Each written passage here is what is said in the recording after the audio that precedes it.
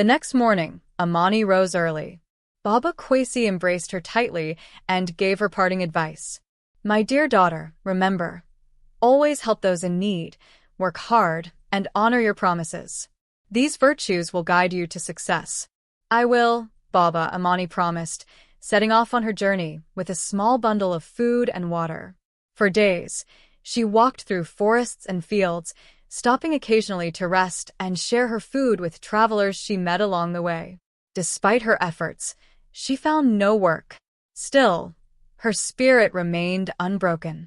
On the 5th day, Amani came across a withered palm tree.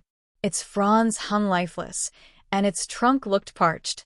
Kind girl, the tree whispered in a raspy voice, could you trim my dead leaves and water my roots?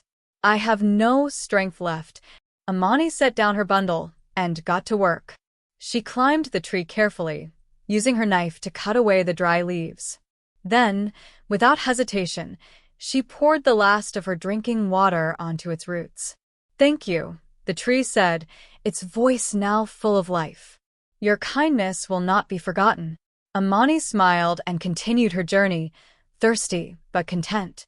Further along, she came upon an old clay oven, its sides cracked and crumbling. Smoke from its hearth barely rose. Young traveler, the oven called out, could you patch me up? My walls are falling apart, and I can no longer bake. Without hesitation, Amani knelt by the riverbank nearby and gathered wet clay.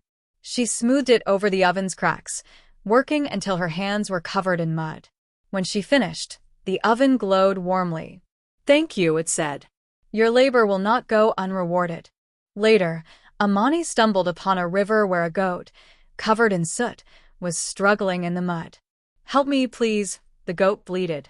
I fell into the ashes and cannot clean myself. Amani led the goat to the water and washed it thoroughly, scrubbing until its white coat shone once more. The goat looked at her gratefully. Thank you, it said. Your good deeds will be remembered.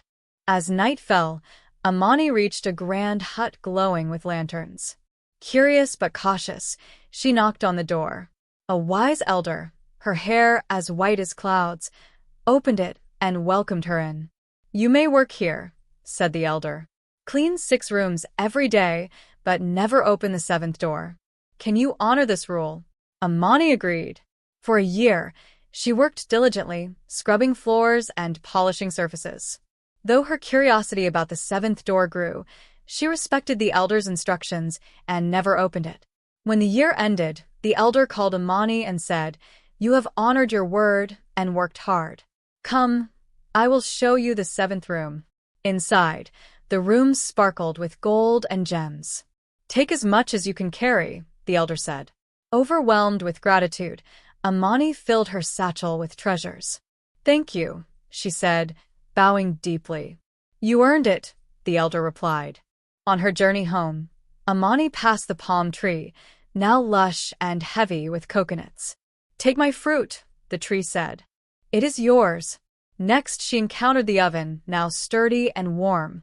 Freshly baked bread filled its hearth. Take my loaves, it said. They're yours. Finally, the goat approached her, adorned with a bell of shining silver. Take this bell as a keepsake, the goat said. It is yours. Amani returned home with treasures, food, and a heart full of gratitude. Baba Kwesi embraced her tightly, proud of her accomplishments. Jealous of her sister's fortune, Zola declared, If Amani can find treasures, so can I. And I'll find even more. She set off the next morning, ignoring Baba Kwesi's advice. When Zola came upon the withered palm tree, it pleaded, Kind girl, could you trim my dead leaves and water my roots? Zola scoffed. Why should I? That's dirty work. She walked on. Next, she found the cracked oven. Young traveler, could you patch me up? It asked.